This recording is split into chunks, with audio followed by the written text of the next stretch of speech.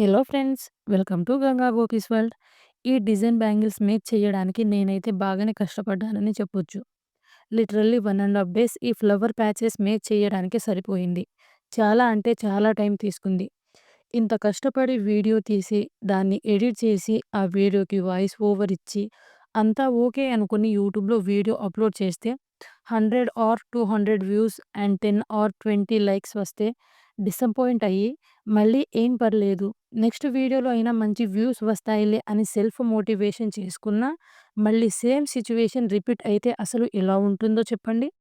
ఎన్ని videos upload చేస్తే అన్ని వీడియోస్‌కి సేమ్ రిజల్ట్. ఇంట్లో ఖాళీగా కూర్చునే బదులు యూట్యూబ్‌లో వీడియోస్ పెడితే 4 రాళ్ళు వెనకేసుకోవచ్చు అనే థాట్‌తో యూట్యూబ్ స్టార్ట్ చేశా. నాకు తెలిసి హౌస్ వైఫ్స్ అందరూ కూడా ఇలా అనుకోని యూట్యూబ్‌లోకి వచ్చి ఉంటారు. యూట్యూబ్ స్టార్ట్ చేసి 1 ఇయర్ అవుతున్నా ఇప్పటికి ఎలాంటి రిజల్ట్ లేదు.